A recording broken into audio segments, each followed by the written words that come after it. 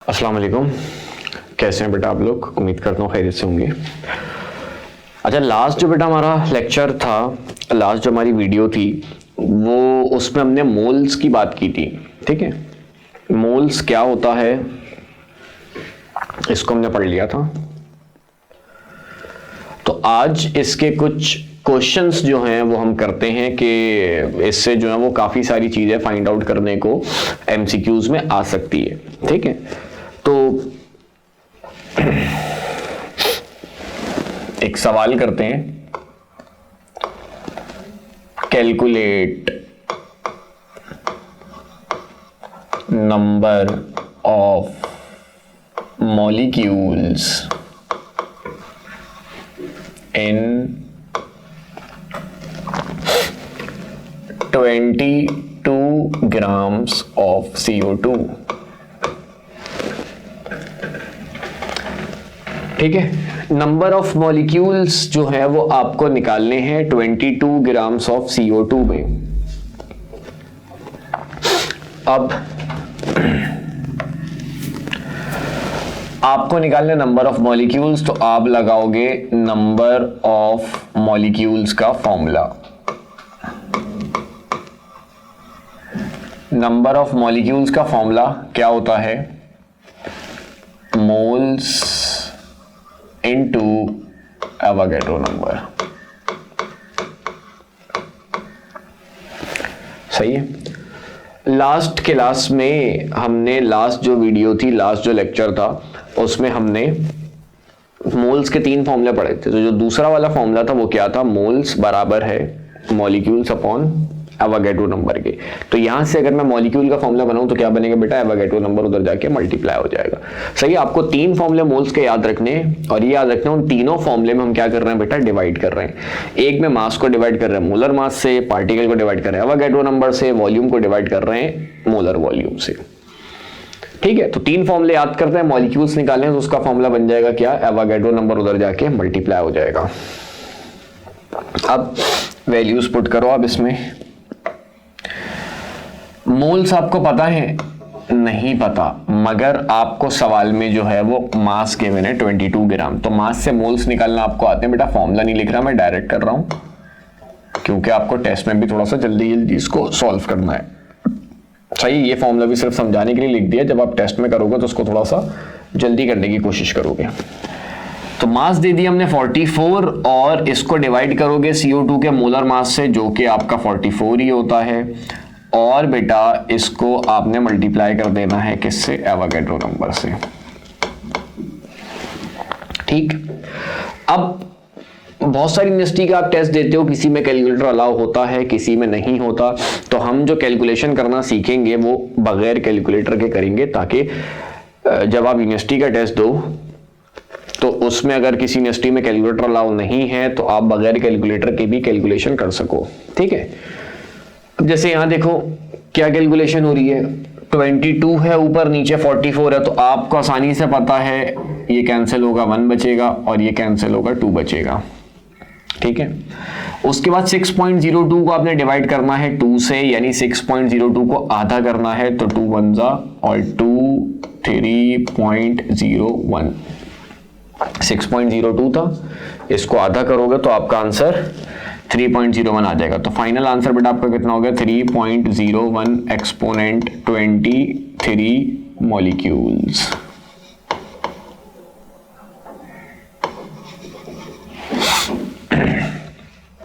ठीक है, अच्छा, वैसे तो यहाँ पे एक आसान सी वैल्यू थी 6.02, उसको आधा करना था, तो आपको देख के पता चल सकता है कि जाहिर सी बात है 3.01 आएगा।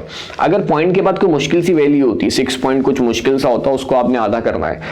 तो अब इतना तो आपको पता है, 6 को आधा करेंगे, 6 को 2 से डिवाइड करेंगे तो आंसर 3 आएगा। अब पॉइंट के बाद क्या आएगा, अगर वो आपको नहीं पता तो बेटा परेशान होने की जरूरत नहीं है।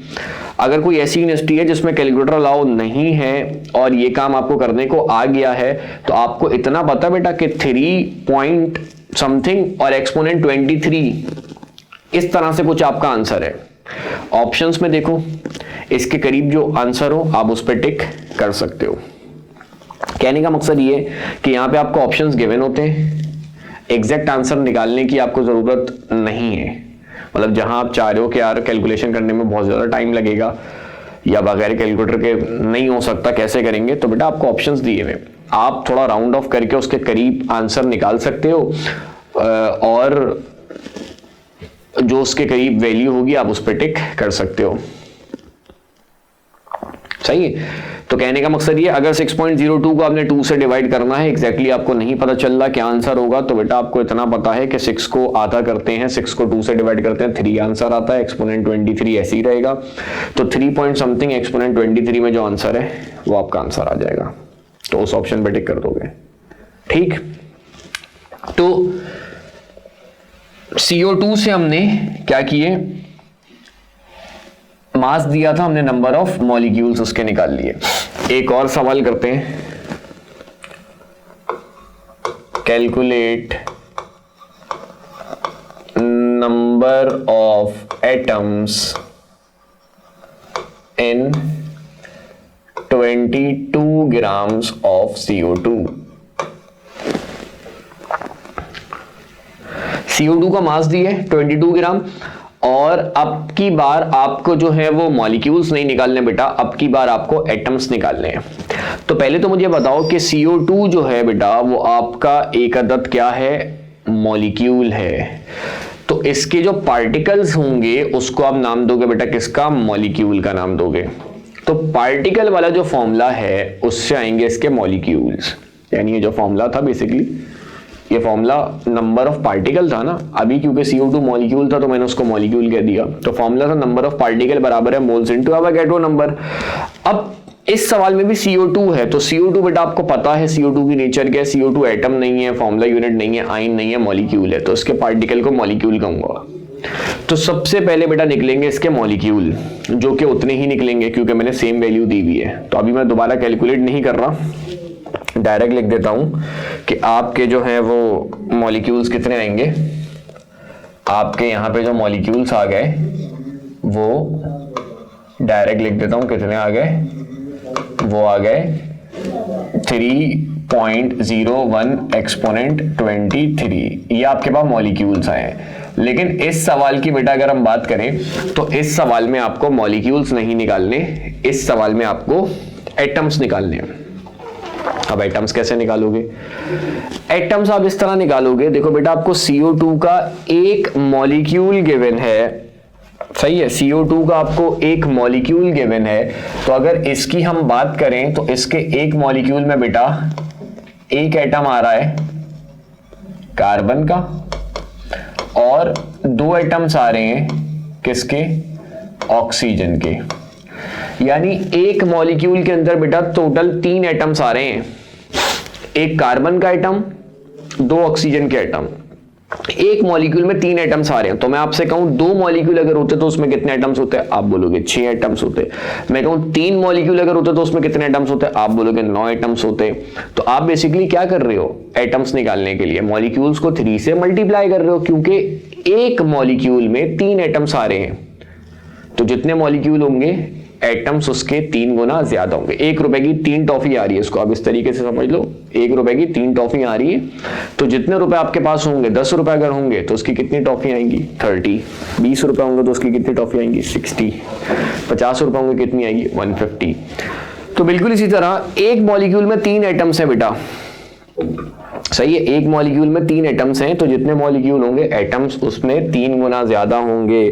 तो आपने क्या करना है बेटा, मॉलिक्यूल आपके पास आ गए, इस सवाल में आपको नंबर ऑफ एटम्स निकालने हैं।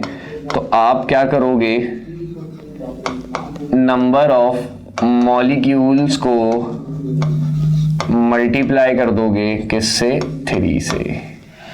तो मॉलिक्यूल्स आपके पास बेटा कितने थे, 3.01 एक्सपोनेंट 23, इसको मल्टीप्लाई कर दो 3 से, तो कितना आ जाएगा। अब वही बात, 3 को 3 से मल्टीप्लाई करना है तो आपको पता है 9 होगा, पॉइंट के बाद अगर आपको नहीं भी पता, वैसे तो देख के पता चल रहा है 3.01 है, तो 01 को जब आप 3 से मल्टीप्लाई करोगे तो 03 आपका आएगा, तो आपका आंसर कुछ 9.03 एक्सपोनेंट 23 एटम्स आपके पास आ जाएंगे। लेकिन अगर फिर भी एग्जैक्टली आपको नहीं पता चल रहा हो तो इतना तो पता है बेटा कि 3 को 3 से मल्टीप्लाई कराते तो 9 आता है, तो 9 पॉइंट समथिंग और एक्सपोनेंट 23 जो होगा उस ऑप्शन पे आपने टिक कर देना है। तो कहने का मकसद ये है कि मोल से ये भी काम आपको करने को आ सकता है कि जो सब्सटेंस आपको दिया हो वो मॉलिक्यूल हो और आपसे बोले इसमें एटम्स निकालो, तो वर्ड पढ़ लेना, एटम्स निकालने को बोल रहे हैं या मॉलिक्यूल्स निकालने को कह रहे हैं। तो अगर वो सब्सटेंस आपका मॉलिक्यूल है तो सबसे पहले तो मॉलिक्यूल उसके निकलेंगे, फिर जाके आप उसमें एटम्स निकालोगे। कैसे? उसके एक पार्टिकल में, एक मॉलिक्यूल में जितने एटम्स आ रहे होंगे सिंपल उससे कर दोगे मल्टीप्लाई, जैसे यहाँ हमने 3 से मल्टीप्लाई किए। हर सवाल में 3 से मल्टीप्लाई नहीं करेंगे, इस सवाल में 3 से मल्टीप्लाई किया है क्योंकि एक मॉलिक्यूल के अंदर 3 एटम्स आ रहे थे। अगर कोई और मॉलिक्यूल होता, मिसाल के तौर पर क्लोरीन का मॉलिक्यूल होता Cl2, तो उसमें 2 एटम्स आते हैं तो आप किससे मल्टीप्लाई करते? 2 से मल्टीप्लाई करते।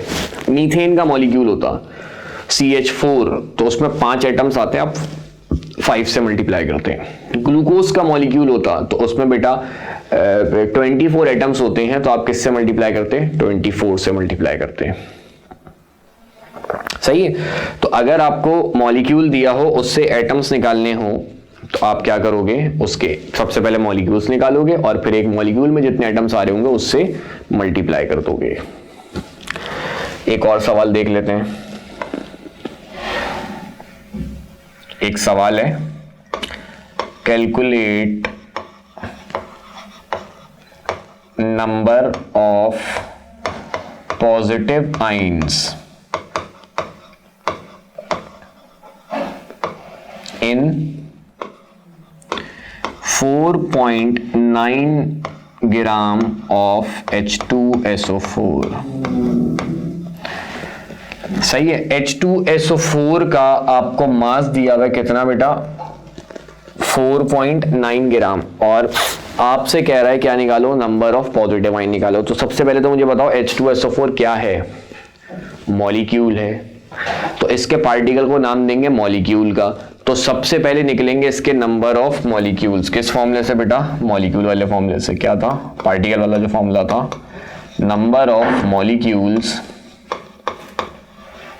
बराबर हो जाएंगे मोल्स इनटू एवोगाड्रो नंबर। ठीक है। मोल्स कितने दिए बेटा? आपको नहीं दिए, लेकिन मास पता है, तो मास से मोल्स कैसे निकालते हैं बेटा? मास को डिवाइड कर देते हैं मोलर मास से। मोलर मास आप H2SO4 का कैलकुलेट करोगे तो वो आ जाएगा 98। H का 1 होता है, S का 32 होता है, O का 16 होता है, तो सॉल्व करने पे आपका आंसर 98 आ जाएगा। इसको मल्टीप्लाई कर दो किससे? एवोगाड्रो नंबर से। अब बेटा 4.9 को डिवाइड करना है 98 से बगैर कैलकुलेटर के। तो अगर इस तरह की थोड़ी सी मुश्किल कैलकुलेशन आ जाएगी तो उसमें आप क्या करोगे? इस कैलकुलेशन को आसान बनाने के लिए आप क्या करना? एक्सपोनेंट में कन्वर्ट कर देना। 4.9 है, तो अगर मैं उसको एक्सपोनेंट में कन्वर्ट कर दूं तो 49 एक्सपोनेंट -1 अपॉन 98 और मल्टीप्लाइड बाय एवोगाड्रो नंबर जो था वो आपका ऐसे ही आ जाएगा। ठीक है।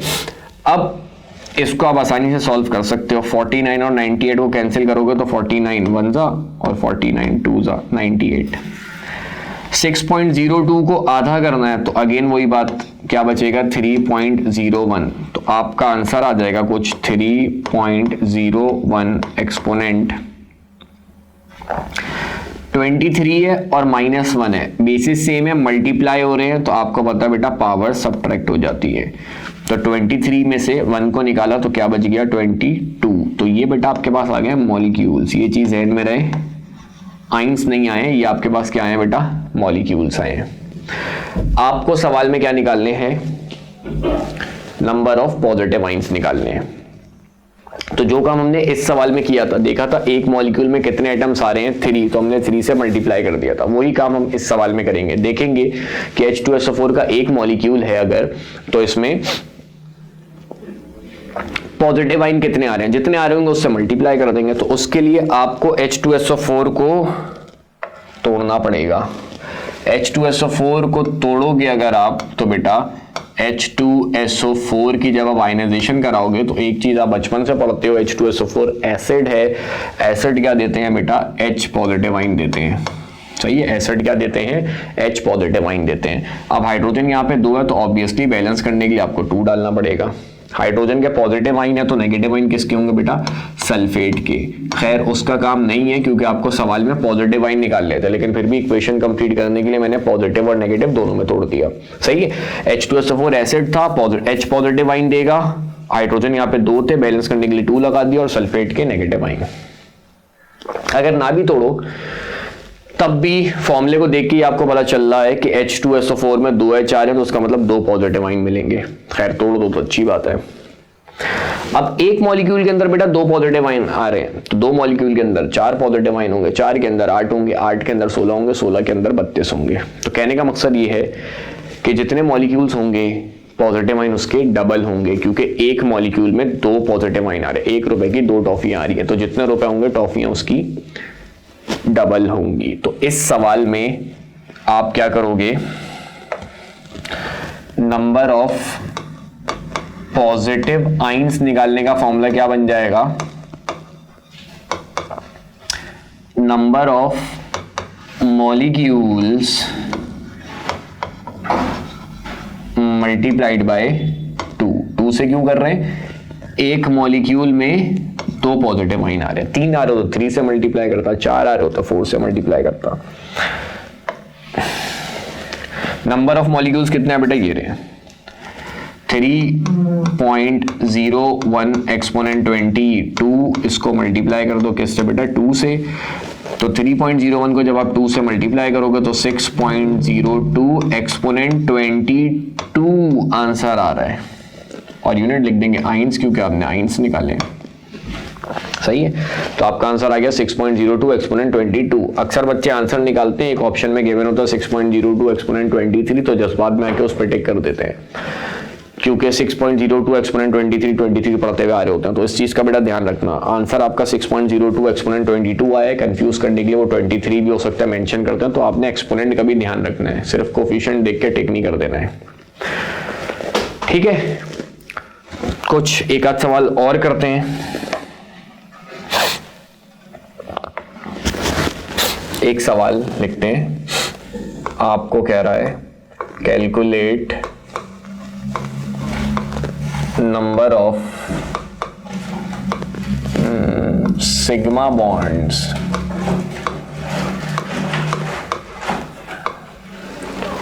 इन 14 ग्राम ऑफ इथाइलिन।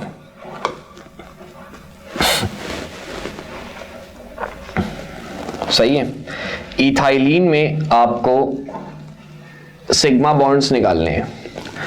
इथाइलिन कहते हैं बेटा इथीन को, C2H4 को। इसका स्ट्रक्चर अगर मैं बनाऊं तो कुछ इस तरीके से बनता है, फर्स्ट ईयर में आपने पढ़ा होगा। मॉलिक्यूलर स्ट्रक्चर ही बना रहा हूं, ऑर्बिटल स्ट्रक्चर नहीं बना रहा।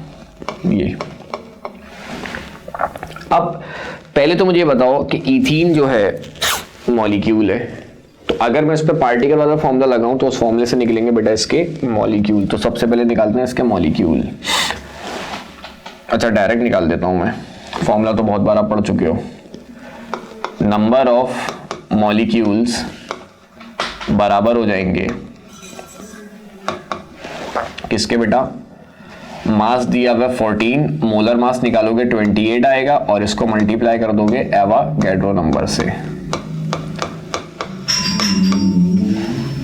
14 1 14 2 2 1 और 2 3.01। तो आपके पास मॉलिक्यूल्स आ गया बेटा 3.01 एक्सपोनेंट 23। ये आपके मॉलिक्यूल्स हैं।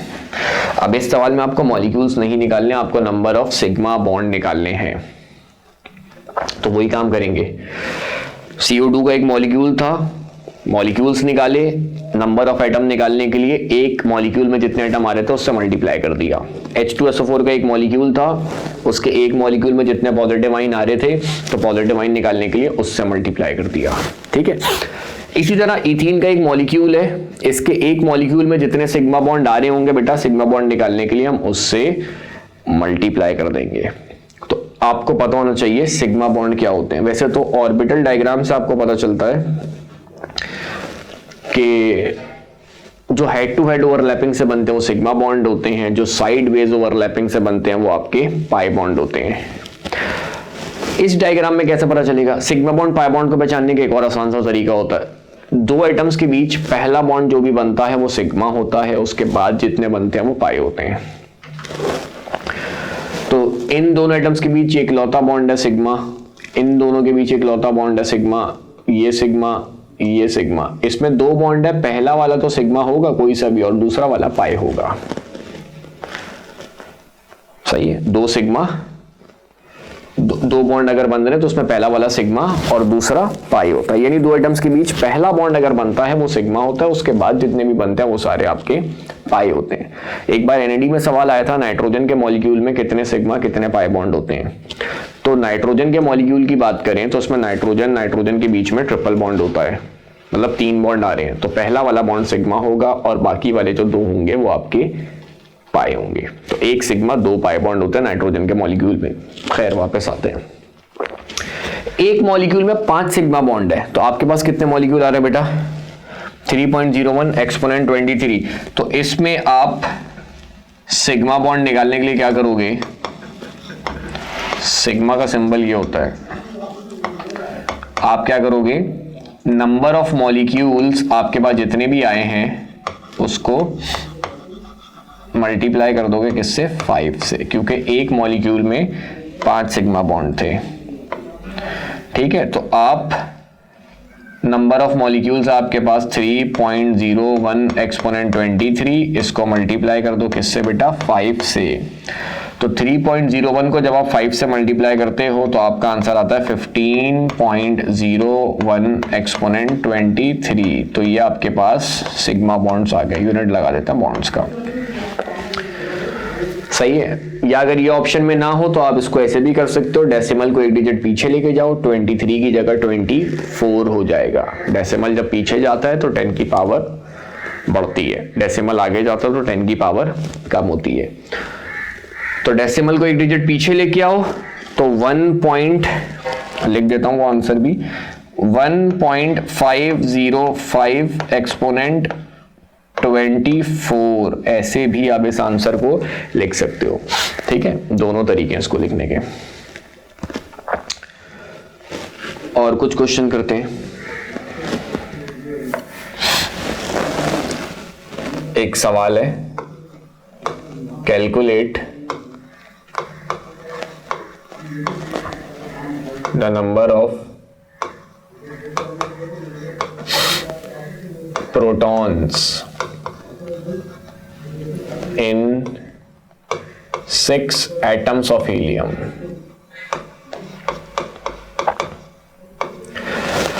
अब तक हम जितने भी सवाल कर रहे थे बेटा उसमें हमें मास गिवन होता था, तो मास से हम मोल्स निकालते थे, मोल से पार्टिकल्स निकालते थे और फिर एक पार्टिकल में जितनी तादाद आ रही होती थी उससे मल्टीप्लाई कर देते थे। इस सवाल में उन्होंने एक आसान काम कर दिया, क्या है? डायरेक्ट आपको पार्टिकल दे दिए कि हीलियम के 6 पार्टिकल। अब हीलियम अकेला तो उसके पार्टिकल को एटम बोलेंगे। हीलियम के 6 एटम्स हैं, प्रोटॉन निकालो। तो इस सवाल में आपको मोलर मास से डिवाइड करने की जरूरत नहीं है, एवोगाड्रो नंबर से मल्टीप्लाई करने की जरूरत नहीं है, क्योंकि ये सब काम करके बेटा हम क्या निकालते थे? पार्टिकल्स ही तो निकालते थे। इस सवाल में पार्टिकल आपको पहले से दिए हुए हैं, तो आपको पार्टिकल निकालने की जरूरत नहीं है। सिर्फ ये देखो एक पार्टिकल में कितनी चीजें आ रही हैं, जो चीज आपसे फाइंड करने को बोली गई है, जैसे सवाल में प्रोटॉन फाइंड आउट करने को बोला गया है। तो हीलियम के एक पार्टिकल में, हीलियम के एक एटम में कितने आपके पास जो है वो प्रोटॉन आ रहे हैं, आपने सिंपल उससे क्या कर देना बेटा? मल्टीप्लाई कर देना है। तो हीलियम का एटॉमिक नंबर आपको पता है 2 होता है, एटॉमिक नंबर बताते हैं प्रोटॉन को।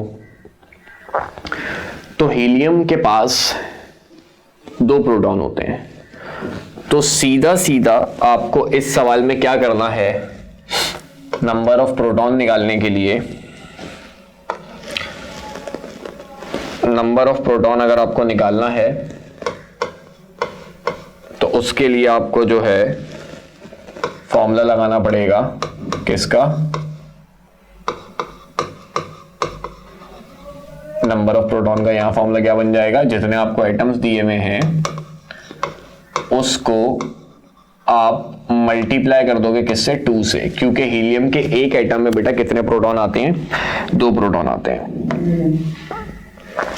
एटम्स कितने दिए हुए आपको, 6, मल्टीप्लाई कर दोगे 2 से तो आपका आंसर आ जाएगा 12 प्रोटॉन्स।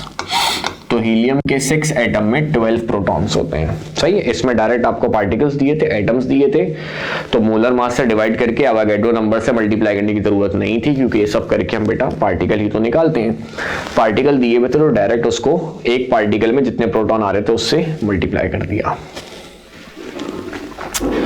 एक और सवाल करते हैं।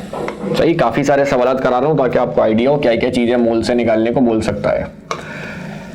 Calculate number of neutrons in 1 gram of protium. अब यहां पे बेटा आपको दोबारा मास दे दिया, तो यहां पे आपको मोलर मास से डिवाइड करना पड़ेगा और फिर उसको एवोगाड्रो नंबर से मल्टीप्लाई करके आपको पार्टिकल निकालने पड़ेंगे। फिर एक पार्टिकल में वो चीज जितनी आ रही है आपको उससे मल्टीप्लाई करना पड़ेगा। हाँ, तो ये सवाल है, इसमें आपको नंबर ऑफ न्यूट्रॉन्स निकालने 1 ग्राम ऑफ प्रोटियम में। अब इस पे बेटा आपको मास दिया है तो आप मोलर मास से डिवाइड करके मोल्स निकालोगे, फिर उसको एवोगाड्रो नंबर से मल्टीप्लाई करके पार्टिकल्स निकालोगे। फिर आप देखोगे कि इसके एक पार्टिकल में, एक एटम में, प्रोटियम है तो एटम बोल रहा हूं मैं उसको, एक एटम में कितने न्यूट्रॉन आते हैं आप उससे मल्टीप्लाई कर दोगे। आप सबसे पहले मास को मोलर मास से डिवाइड करो, एवोगाड्रो नंबर से मल्टीप्लाई करो, एटम्स आ गए। फिर सोचो प्रोटियम का एक एटम है, इसमें कितने न्यूट्रॉन होते हैं। तो आपको पता है, पिछली वीडियो में मैंने बताया था, प्रोटियम में एक प्रोटॉन, एक इलेक्ट्रॉन और 0 न्यूट्रॉन होते हैं। प्रोटियम में कोई भी न्यूट्रॉन नहीं होता। तो आप नंबर ऑफ एटम्स निकालने के बाद किससे मल्टीप्लाई करोगे बेटा, 0 से मल्टीप्लाई करोगे, तो आंसर क्या हो जाएगा, 0 हो जाएगा। तो इतना सब काम आपको करने की जरूरत नहीं है, आप डायरेक्ट इसका आंसर क्या लिख दोगे भाई, कि प्रोटियम में नंबर ऑफ न्यूट्रॉन्स जो होते हैं वो 0 होते हैं। सही है, सॉल्व करने की आपको जरूरत नहीं है। आप मास को मोलर मास से डिवाइड करते, मोल्स आते, एवोगाड्रो नंबर से मल्टीप्लाई करते, एटम्स आते, उसके बाद एक एटम में 0 न्यूट्रॉन है तो 0 से मल्टीप्लाई करते, आंसर आपका 0 हो जाता। तो इतना सब काम करने की, इतनी मेहनत करने की, इतनी टाइम ज़ाया करने की जरूरत नहीं है, क्योंकि आपने टेस्ट में टाइम का भी ध्यान रखना है। ये नहीं कि बस न्यूमेरिकल देखा, कैलकुलेशन देखी और कैलकुलेशन करना शुरू हो गया। थोड़ा सा टाइम मैनेजमेंट का भी जो है वो बेटा आपने ध्यान रखना है, तो थोड़ा सा स्मार्ट वर्क भी करना है। तो आपने देखा इन दी एंड 0 से मल्टीप्लाई करेंगे तो सबको 0 हो जाएगा, तो इसका मतलब आपको मल्टीप्लाई करने की जरूरत नहीं है, आप डायरेक्ट 0 आंसर लिख दोगे। ठीक है, एक आध सवाल और कर लेते हैं ताकि आपको और जो है वो इसके बारे में अच्छा सा जो है वो समझ में आ जाए आपको।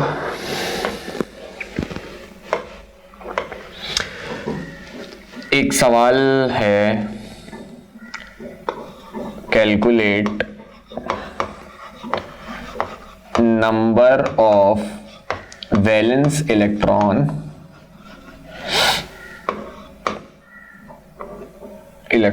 अच्छा इसको पूरा ही लिख देते हैं, calculate number of valence electron